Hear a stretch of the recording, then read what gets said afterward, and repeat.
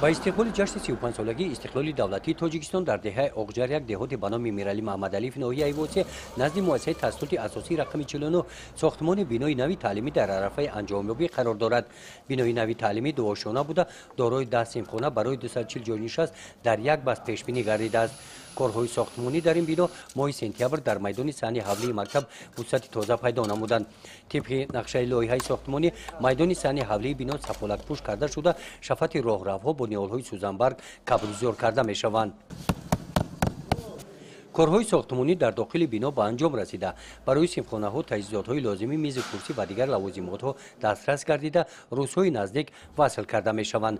بنای نوی تعلیمی با سیستم گرمایدهی بوغی گرم کرده می شود. بوغخانه آماده کار می باشد.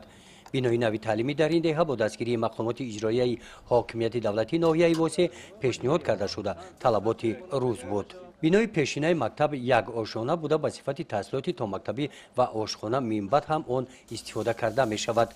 دهه‌ای که ما زندگانی میکنیم دهه اقجر می باشد، عین حال به مکتب زمانوی خیلی هم احتیاج کلان داشت. بنایی که قامت افروخته است با دستگیری جناب عالی پیشوای ملت امام علی رحمان قامت افروخت که خلق دهه طالب علمان از این خیلی هم منتورند. ما به جناب عالی تشکر زیاد میگوییم. خوانندگان ما بعد ختم صنف چهارم طی 3 کیلومتر راه را طی نموده به مکتب تحصیلات میانه عمومی رقم 3 برای ادامه تحصیل می رفتند. سندی اهل دیه عهد و کنار ندارد، از جمله خوانندگان عهد و کنار ندارند که ما در این خیل دهه دوردست مثال از ناحیه اینقدر مکتب زمانوی، مکتب زیبا و تمام تجهیزات زمانوی تامین است. ما به حد نداریم.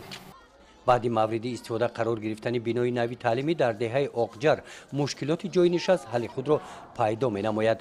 مشکلات جای نشست در مؤسسه تحصیلات میانه عمومی رقم 3 واقع در دهه اقجر 4 هم حل خود را پیدا می نماید. 250 نفر خواننده این مکتب به مکتب رقم 49 سفر برمیگردند. تا این مدت خوانندگان بعد انجام تحصیلات ابتدایی تحصیل را در این مکتب ادامه می دادند. گزارش خواجه نظریف خدای نظر ظهروف از ناحیه ایوازی برای برنامه اطلاعاتی نوید.